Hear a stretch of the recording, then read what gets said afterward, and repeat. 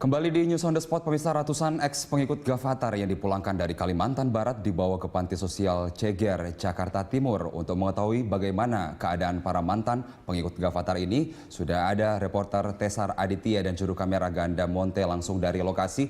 Iya, selamat siang Tesar, seperti apa kondisi terkini dari keberadaan para pengungsi ex-Gavatar di sana?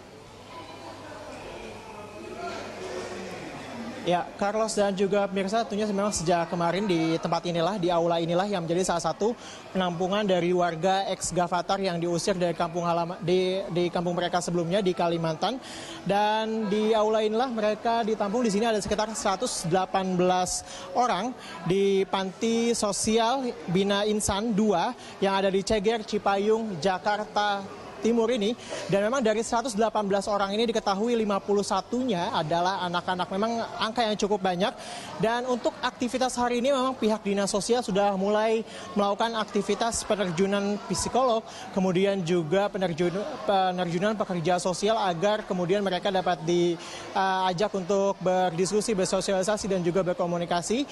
Kemudian juga para psikolog ini juga mulai diterjunkan untuk melakukan trauma healing khususnya bagi anak-anak agar kemudian anak-anak tidak menderita trauma akibat memang pengusiran dan juga pembakaran rumah mereka yang sebelumnya ada di Kalimantan oleh masyarakat setempat. Sedangkan memang mereka rencananya akan ditampung di aula ini, di tempat panti sosial ini selama kurang lebih 3 hingga 5 hari ke depan. Dan banyak agenda yang sudah dipersiapkan seperti misalnya ada ceramah kenegaraan, ceramah pengetahuan nasionalisme, kemudian juga ceramah keagamaan dan juga tes mengenai kejiwaan. Carlos. Dari keberadaan Gavatar yang kemudian dilarang oleh pemerintah begitu, walaupun Anda mengatakan di penampungan mereka diberikan bagaimana wawasan nasionalisme dan sebagainya. Lalu apa sebenarnya yang menjadi tugas pemerintah ke depan agar kemudian ex-Gavatar ini tidak terdiskreditkan di dalam kehidupan masyarakat nantinya? Ya, Carlos, memang untuk menjawab pertanyaan ini saya sudah bersama dengan Kepala Panti di sini, Bapak Haryanto. Selamat siang, Bapak. Selamat siang. Assalamualaikum warahmatullahi wabarakatuh. Ya, Bapak, sebenarnya kan ini kita sudah tahu bahwa para pengungsi ini akan dihindarkan di sini selama kurang lebih 5 hari ya, Pak. Nah, setelah itu apa, Pak, yang diarahkan pemerintah kepada Panti ini, Pak? Apakah kemudian ada kemungkinan untuk dilanjutkan? Apakah kemudian ada langkah apa kemudian, Pak? Baik, terima kasih. Selama di sini mungkin kami diberi tugas untuk mendampingin mereka selama kurang 3 sampai 5 hari. Namun demikian waktu itu bisa sudah mundur, mungkin bisa lebih. Nah, untuk selama di sini yang jelas kami sudah menyiapkan program-program kegiatan yang bisa bermanfaat bagi mereka, diantaranya trauma healing, yang kemudian kami sudah mempersiapkan petugas, diantaranya pekerja sosial, kemudian psikolog, dan petugas kesehatan.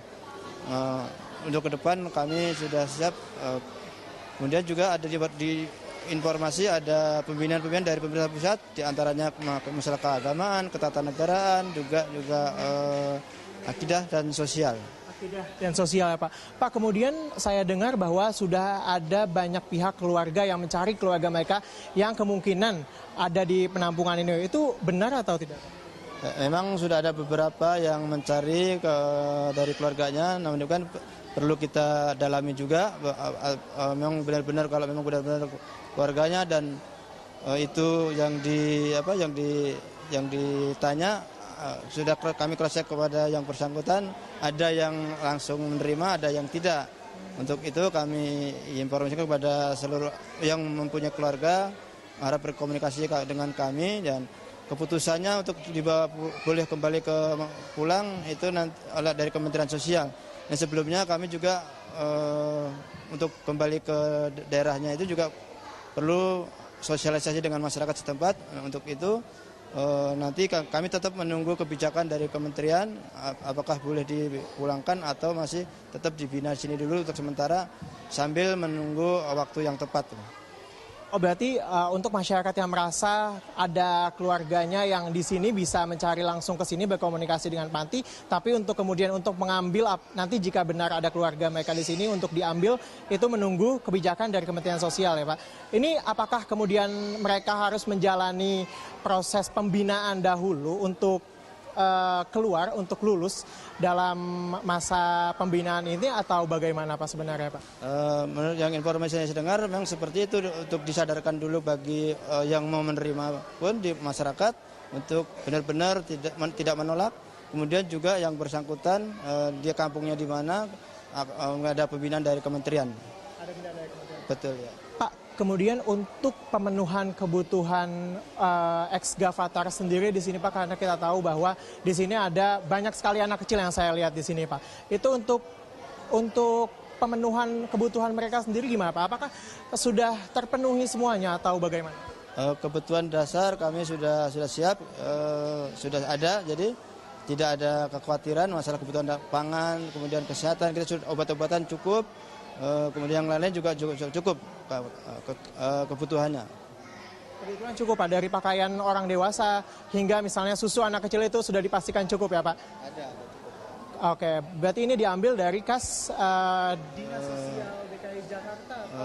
Yang kegiatan seperti ini ada namanya kegiatan kebencanaan, ya, bencana sosial, bisa pemerintah daerah juga bisa pemerintah pusat. Jadi kami pun Pemda juga sudah ada tersedia anggaran, ya bisa kita manfaatkan. Demikian ya Pak. Terus Pak, ini kan terkait dengan masalah ideologi dan pemahaman agama ya Pak, yang kita tahu agak sulit untuk ketika seseorang percaya sesuatu kemudian dengan cepatnya mereka mengubah cara pikir atau cara pandangnya Pak. Ini kemudian apa langkah yang dilakukan oleh Panti Pak? Apakah menerjunkan ustadz-ustadz atau kiai-kiai atau apa-apa yang dapat dilakukan? Bidang kami adalah pendekatan face to face, ya, dipelajarin secara per kasus.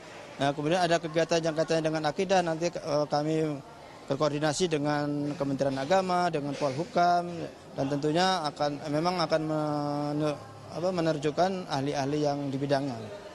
Ya, betul. Terima kasih banyak Pak Haryanto atas waktunya, semoga sukses dan kita diberi kemudahan dalam menghadapi bencana sosial ini ya Pak ya. Amin. Ya, demikian Carlos dan juga pemirsa.